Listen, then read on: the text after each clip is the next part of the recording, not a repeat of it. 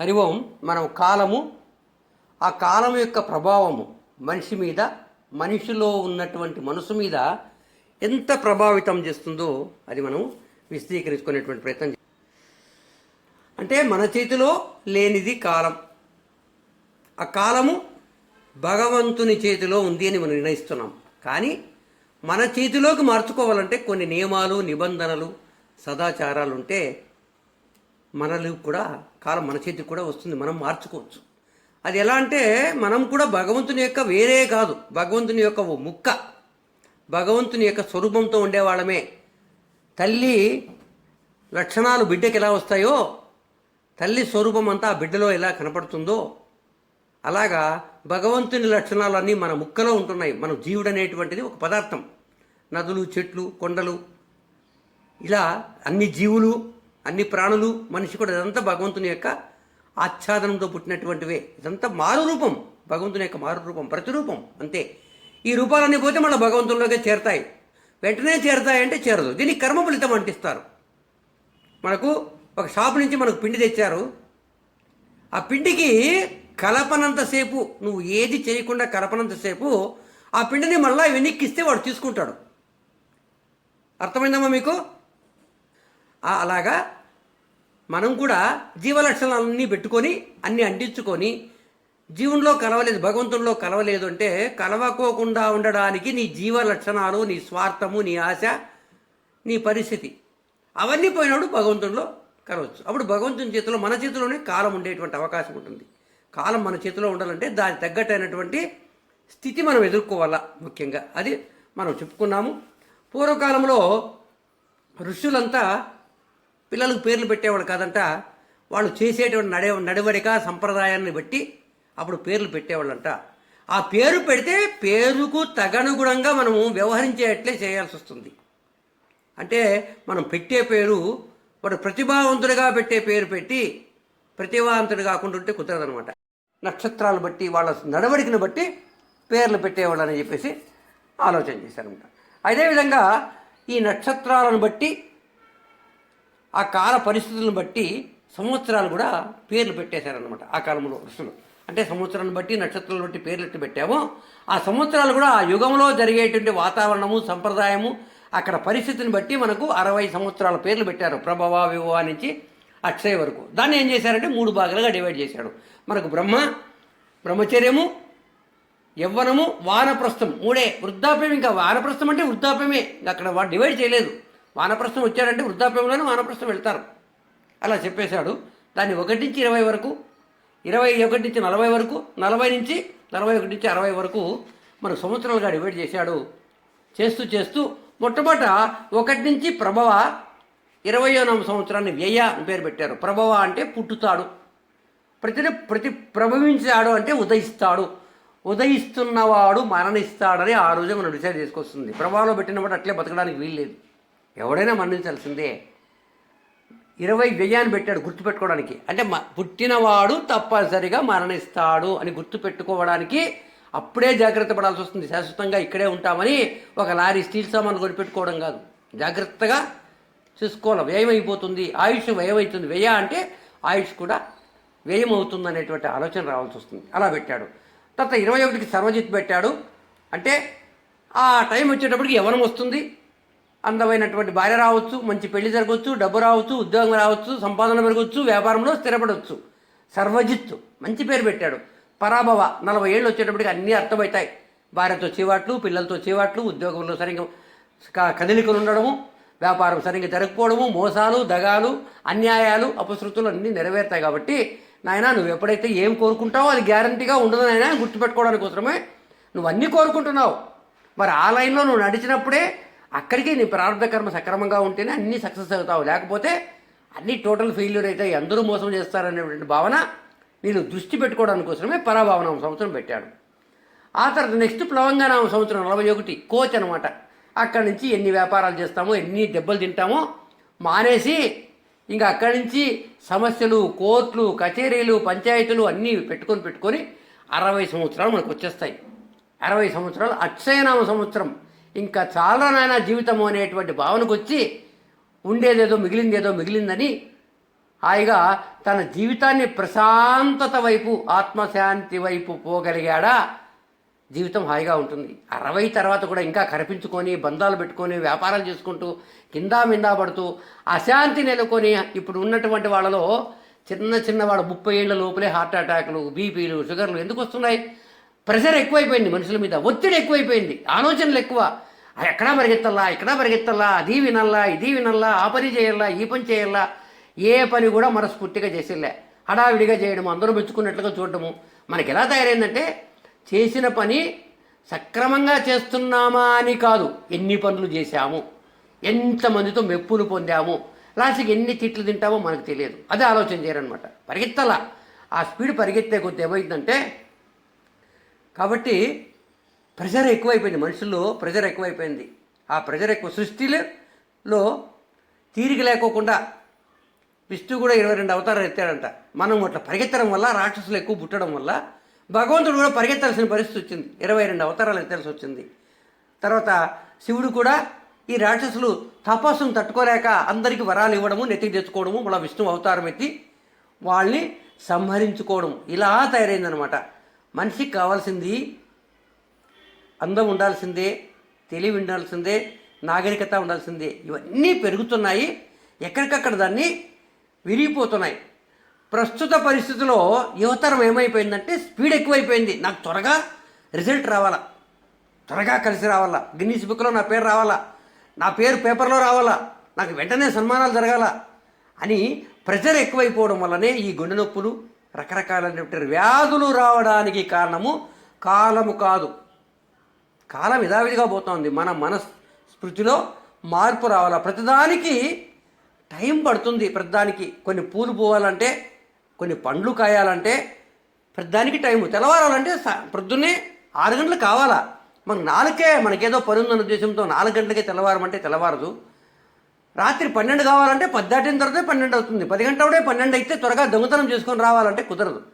అంటే కాలము నువ్వు నిర్ణయించలేకపోతున్నావు, దాన్ని సృష్టి నిర్ణయించింది. దాని ప్రకారమే జరగాల్సినటువంటి పరిస్థితి వస్తుంది. అది మర్చిపోయి మనం ఏమనుకుంటున్నామంటే పరిగెత్తే స్థితికి వచ్చాం. కాలంలో మార్పు రాలేదు, మనలో విపరీతమైన మార్పు వచ్చేసింది. దురాశ, త్వరగా ఎదిగిపోవాలా, త్వరగా సంపాదించుకోవాలా, త్వరగా బాగుపడాలా, అందరూ మెచ్చుకోవాలా. మనం ప్రశాంతంగా ఉన్నామా లేదని ఒక్క నిమిషం ఎవరు ఆలోచన చేయడం లేదు. అందరూ కాలం మారిందయ్యా, కాలము మారలేదు, కాలం యథావిధిగా ఉంది. మనం పరిగెత్తే స్థితికి వచ్చేసినాం. చాలా దీనికి కారణం అంతా, కాలానికి కారణం మన మనసు అని చెప్పాడనమాట. మన మనసును నియంత్రించగలిగితే కాలము నీకు మంచి చేస్తుందనమాట.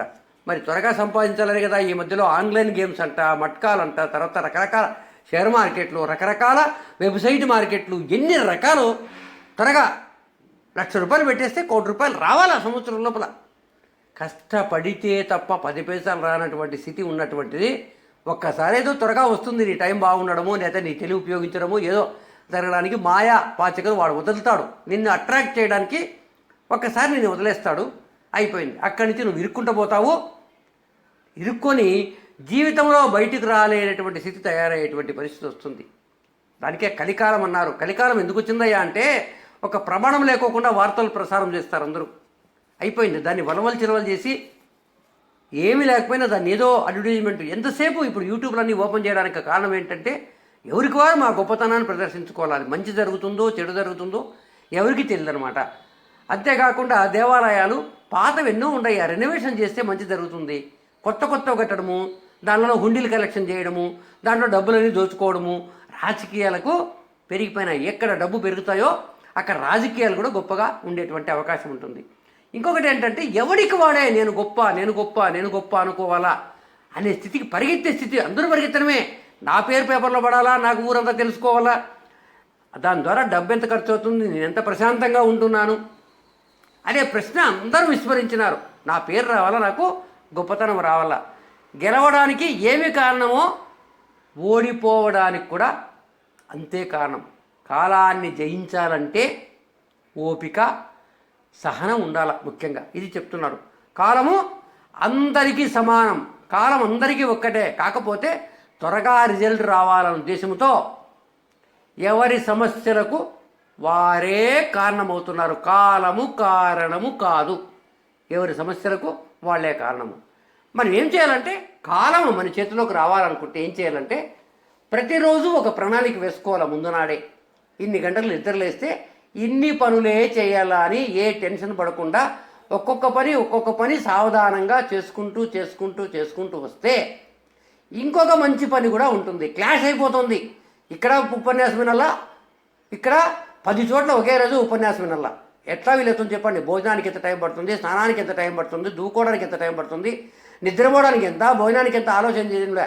10 చోట్ల ఉపన్యాసం వినాలంటే ఎంత నువ్వు పరిగెత్తుతావో అంత భ్రష్టత్వం ఏర్పడేటువంటి అవకాశం ఉంటుంది. పరిగెత్తాలన్నమాట. పరిగెత్తితే ఏమవుతుందంటే ఇదే అవుతుంది. లాస్ట్కి ఒక ప్రణాళిక ఉండాలి మనకు, మంచి ప్రణాళిక. దీనికి ఎంతసేపు టైం పడుతుంది, ఉపన్యాసానికి ఎంత టైము, జపానికి ఎంత టైము, ధ్యానానికి ఎంత టైము, ఏకాంతంగా ఉండడానికి టైము, సెల్లు చూడడానికి ఎంత టైము, బంధువుల కోసం ఇంత టైము, అంత పెట్టుకున్నప్పుడు కూడా క్లాష్ అవుతుంటుంది పరిస్థితి. అలా లేకోకుండా ఈ ఒత్తిళ్ళు పెట్టుకొని 50 పనులు లిస్టు తయారు చేసుకొని ఇంకొక 10 పనులు మనం కలుపుకుంటే ఏమవుతుందంటే పరిగెత్తడము, అలసిపోవడము, తర్వాత అనారోగ్యం పాలయ్యేటువంటి అవకాశం తప్ప వేరే ఉండదు అనమాట. అంటే ఇది కాలము పొరపాట అంటే కాదు. ప్రణాళికాబద్ధమైనటువంటి జీవితం ఎలా ఉంటుందంటే పుష్పక విమానము లాంటిది అని చెప్పాడు ఇక్కడ. త్రిజటకు ఆ పుష్పక విమానం కనపడి సీతను ఓదార్చేటువంటి స్థితి ఎలా ఉంటుందో పుష్పక విమానంలో ఎంతమంది ఎక్కినా ఇంకొకరికి స్థలం ఉంటుంది. అలాగా మంచి నియమబద్ధమైనటువంటి ప్రణాళిక, చేసేటువంటి మంచి పనులు మనం గుర్తించుకొని మనం ఫిక్స్ చేసుకుంటే ఒక నెలకో, ఒక రోజుకో, ఒక సంవత్సరానికో అవన్నీ నెరవేరిన తర్వాత ఇంకా ఒక మంచి పని చేయడానికి అవకాశం ఏర్పడుతుందంట. పుష్పక విమానంలో ఏ విధంగా ఇంకొకరికి స్థలం ఉంటుందో మన మెదడులో కూడా, మన ఆలోచనల్లో కూడా మంచి పనులు చేస్తామనుకుంటే ఇంకొక మంచి పని కూడా ప్రకృతి ప్రసాదిస్తుంది, కాలమే నీకు ప్రసాదిస్తుందంట. ఓరి నాయనా, నువ్వు 11 పనులు చేయాలనుకుంటున్నావు మంచి పనులు, అవి ప్రకృతి సహకరించడం వల్ల నీ ఆశయం మంచిది కావడం వల్ల అది నెరవేరుతుంది.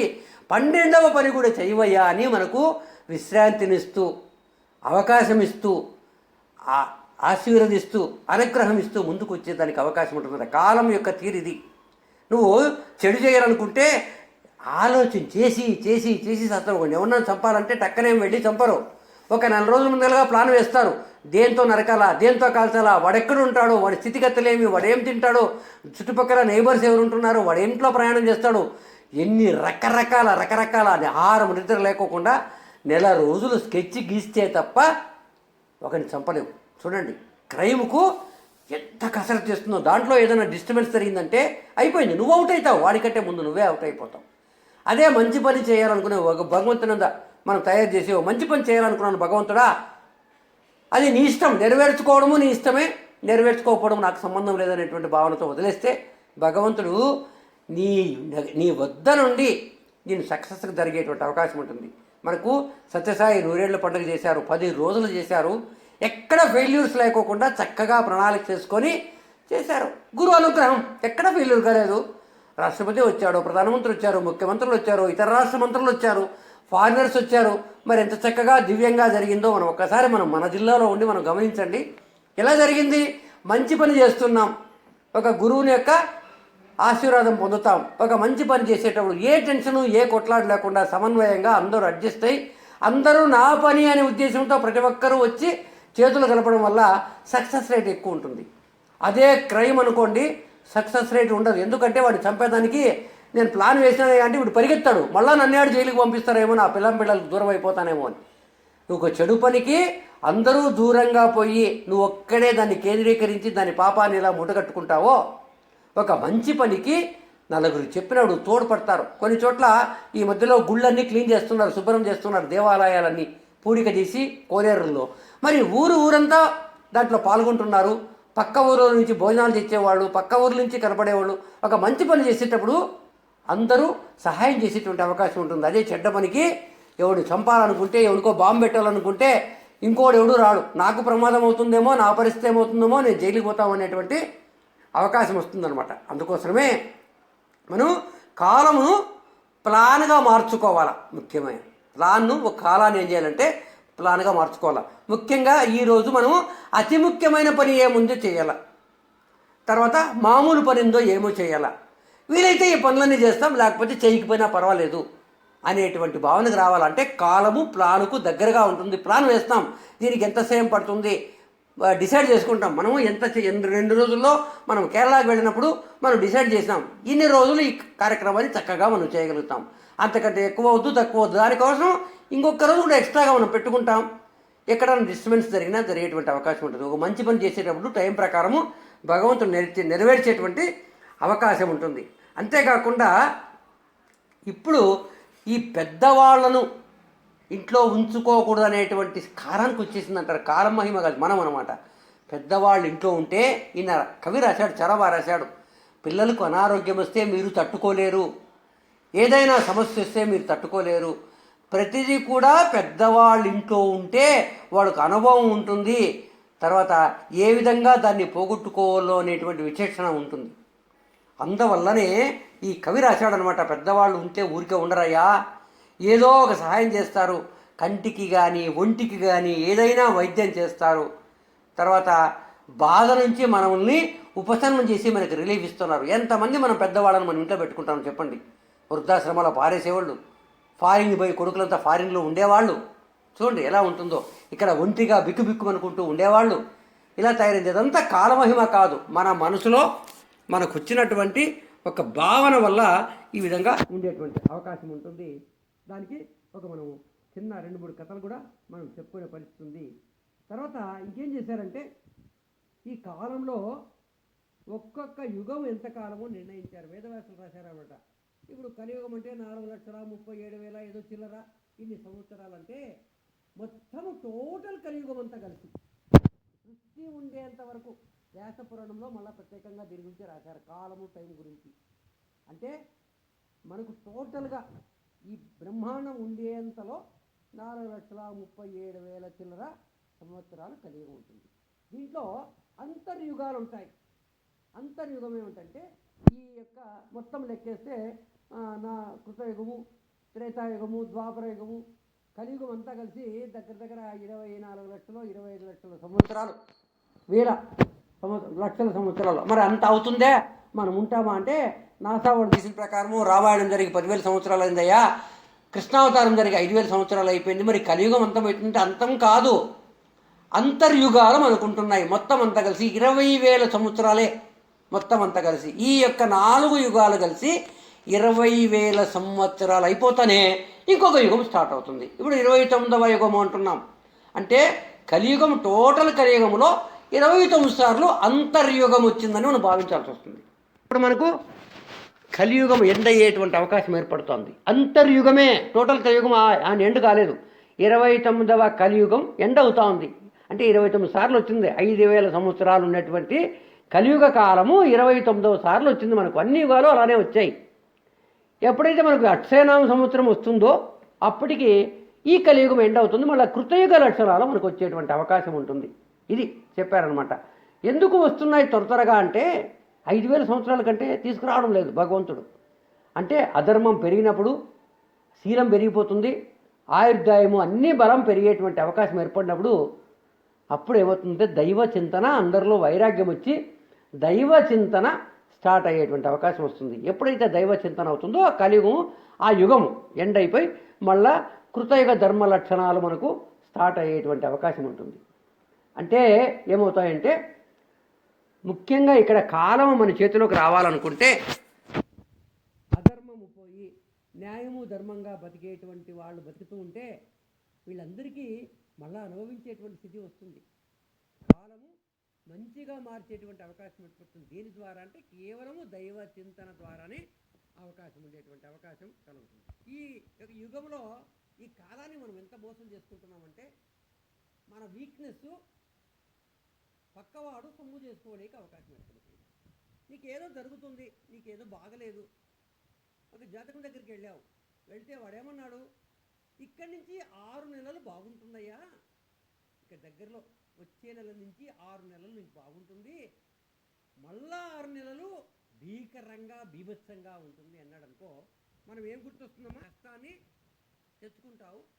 ఇంకా శుభకాలం వచ్చినప్పుడు కూడా ఏదైనా జరిగిందనుకో, వెంటనే ఇప్పుడు కష్టకాలంలో ఉండవు, దగ్గరలో శుభం వస్తుంది అన్నాడు అనుకోండి, పొరపాటు పైన ఒక్క కష్టంలో నుంచి ఒక సుఖం వచ్చిందనుకో, వెంటనే ఆలోచన చేస్తావు, నేను యేసుక్రీస్తును నమ్మడం వల్ల నాకు సుఖం వచ్చింది. ఎప్పుడైతే క్రిస్టియన్ మతంలోకి వెళ్ళానో వెంటనే నాకు శుభం జరిగిందంటాను. ఈ పక్క ఆమె రెడీగా ఉంటుంది, ఎప్పుడు వెళ్దామా అని కాచుకుంటుంది, ఇంకొకరు చేరేటువంటి అవకాశం ఏర్పడుతుంది. కాలం యొక్క మార్పు అంటారా, మనలో మార్పు అంటారమ్మా. ప్రాజ్ఞులు ఏమంటారంటే, అయ్యా నీ జరిగేది, నువ్వు పుణ్యం చేసింటే మంచి చేసింటే మంచి తప్పనిసరిగా జరిగి తీస్తుందయ్యా, పాపం చేసింటే అనుభవించాల్సి వస్తుంది, దైవచింతం ద్వారా నువ్వు పోగొడతావు, ఈ జాతకాలు ఈ వాస్తుశాస్త్రాలు ఇవన్నీ నమ్మవద్దయ్యా, భగవంతుని భారం వేసినోడికి ఇవన్నీ ఎందుకు అని. మేము గుడి దగ్గరికి ఒక చిన్న రిపేర్ ఉంటే, గ్యాస్ కుక్కర్ రిపేర్ ఉంటే మేము వెళ్ళాము. ఏమి రెస్టారెంట్ ఆయన అసలు ఆ రోడ్డు దాటడానికి మాకు అర్ధగంట పట్టింది. కరెక్ట్ 12కి వచ్చాను, 11:30కి స్టార్ట్ చేస్తే అక్కడి నుంచి 5 నిమిషాలు రావాల్సినటువంటి 2 కిలోమీటర్లు అర్ధగంట పట్టిందంటే ఏం రష్. మనకు మార్గశిర మాసం అయితే వాళ్ళు కార్తీక మాసం. మనము పెళ్ళిళ్ళు చేయకూడదు, ఆషాఢ మాసం అంటారు, వాళ్ళు ఆషాఢ మాసంలో పెళ్ళిళ్ళు చేస్తారు. మరి ఎవరికమ్మా చెడ్డ కాలము? ఇప్పుడు మనకు శ్రావణ మాసంలో మనం పెళ్ళిళ్ళు చేస్తాం, వాళ్ళు ఆషాఢ మాసంలో పెళ్ళిళ్ళు చేస్తున్నారు. ఆషాఢ మాసం చేయకూడదంటే నీ దృష్టి నా దృష్టి కాదు, మనకు మంచి ఉంటే ఇంకొకరికి చెడు ఉండొచ్చు, వాళ్ళకి చెడు మనకు మంచి ఉండొచ్చు. కాలం అందరికీ సమానం అంటే ఒక్కొక్క ప్రాంతాన్ని ఒక్కొక్క సంప్రదాయాన్ని బట్టి ఉంటుంది. కాలంలో ఏమాత్రము ఇది లేదు. కావలసింది మన మనసులో ఉన్నటువంటి మార్పును ఆలోచన చేయాల్సినటువంటి స్థితి వస్తుంది. మొత్తంగా మన మనసులో ప్రశాంతంగా మంచి కాలం మనకు వస్తుందనేటువంటి భావనతో నువ్వు మంచి పనులు చేస్తే కాలం నీకు కలిసి వచ్చేటువంటి అవకాశం ఉంటుంది. నువ్వు చెడుగా ఆలోచన చేసే దాని చెడు మంచివే, అన్ని రాసులు మంచివే. మనం చేసే మంచి పని, దైవ చింతన, క్రమశిక్షణ, లోక కళ్యాణం కోసం మన మనసు ఏర్పాటు చేసుకుంటే అన్ని కాలాలు మంచివే, అన్ని రోజులు మంచివే. మనం ఎప్పుడైతే దాన్ని డీవియేట్ చేస్తామో, గలవ చేస్తామో, మన మెదడు చెడిపోయి ఆ తప్పు చేసి కాలాన్ని నిందించేటువంటి స్థితికి వస్తాం.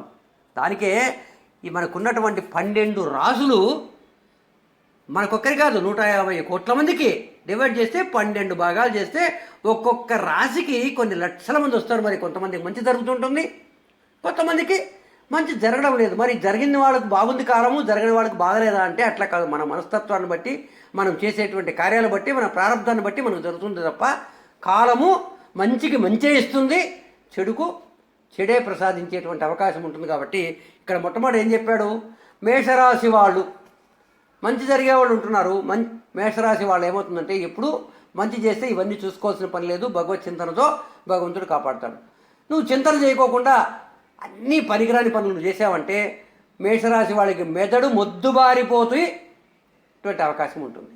మరి వృషభ రాశి వారికి ఏమవుతుంది, చెడు కార్యాలు చేసుకుంటూ చెడు చేసుకుంటూ జీవితాన్ని అస్తవ్యస్తం చేసుకుంటూ ఈ రాశులు అప్పుడు ఏం చేస్తాయంటే ఆ రాశి వృషభ రాశి విషంగా నీకు మారేటువంటి అవకాశం ఏర్పడుతుంది. మిథున రాశి ఏమవుతుంది, మేలయ్యేది కూడా మేలు కాకోకుండా పోయేటువంటి అవకాశం ఏర్పడుతుంది. మరి కర్కాటక రాశి ఏం చేస్తుంది, నీకు కష్టాన్ని తీసుకొచ్చి పెడుతుంది. సింహరాశి ఏం చేస్తుంది, నీకు చింత తీసుకొచ్చి పెడుతుంది. కన్యారాశి ఏం చేస్తుంది, మన కర్మ ఇలా కాలిపోయిందని కర్మను నిందించేటువంటి అవకాశం ఏర్పడుతుంది. మరి తులారాశి చక్కడలాగా ఆ పక్క ఈ పక్క దిక్కులేని మోసం నీకు తయారైపోతుంది. వృశ్చికం రాశి నువ్వు ఇంకా సంసారంలో తేలిపోలేక మునిగిపోయేటువంటి స్థితి వస్తుంది. ధనురాశి ఏమవుతుంది, కంటికే ఇబ్బంది, చూడలేనటువంటి స్థితి తయారైపోతుంది. కుంభరాశి ఏమవుతుంది, ఎప్పుడూ జీవితము క్షామంగా దుఃఖభరితంగా ఉండేటువంటి అవకాశం ఏర్పడుతుంది. మకర రాశి మీనరాశులు నీ జీవితంలో ప్రతిదీ కూడా ఇంకా అస్తవ్యస్తం తీవయ్యా అనేటువంటి నిరుత్సాహాన్ని నిస్పృహను కలిగించి నీకు ఎక్కడ దిక్కుతోచనటువంటి స్థితికి తీసుకొచ్చే పరిస్థితి వస్తుంది. ఇది కాలము యొక్క మహిమనం అన్నమాట. అంటే పుణ్యముల రాశి జగదంబు బ్రోయవలయే అని రాశాడు. నువ్వు పుణ్యం చేసే కొద్దీ కష్టాలు రావని కాదు, ప్రారంభ కర్మ కాలిపోతుంది. ఈ పుణ్యరాశి జగదంబు ఉంటుంది. దానికే ఈ యొక్క మనం చేసేటువంటి ప్రవృత్తిని బట్టి, మనం చేసేటువంటి కథలు బట్టి, మనం చేసేటువంటి ఆచరణ బట్టి కాలము మనకు సర్దుకునేది ఉంటుంది అని రాస్తూ, ఈ యొక్క కాలంలో గొప్పతనం లేదు, నీ మనసును మార్చుకో, నీ నడవడికి మార్చుకో, మంచితనాన్ని మార్చుకో, కాలము నీకు ప్రకృతి సహాయం చేస్తూ ఇంకొక మంచి కార్యక్రమాన్ని చేసి నీకు పుణ్యరాశిని ప్రసాదించేటువంటి అవకాశం వస్తుందని చెప్పేసి మనకు చెప్తున్నాడు అనమాట. చివరిగా ఈ కవి ఏం చెప్తున్నాడంటే, ఎవరైతే ఈ సాధనలో, జపంలో కానీ ధ్యానంలో కానీ మంచి సేవల్లో ఉండే వాళ్లకు ఎలాంటి గ్రహదోషాలు ఎలాంటి గృహదోషాలు ఉండే అవకాశం అంటూ లేదు. కనపడినట్టు కనపడతాయి, వెంటనే దైవ చింతనతో అవన్నీ పోయేటువంటి అవకాశం ఏర్పడుతుంది. అలాగా చెప్పడం శాంతిని సుఖాన్ని ఈ కాలము ప్రకృతి ద్వారా భగవంతుని అనుగ్రహం ద్వారా ప్రసాదించేటువంటి అవకాశం ఉంటుంది. కాబట్టి కాలము విలువైంది, కాలం గొప్పది. మనం ఉపయోగించేదాన్ని బట్టి కాలము మనకు మంచి చేసే అవకాశాలు ఉంటాయని ఈ గ్రంథకర్త మనకు చెప్పడం జరిగింది.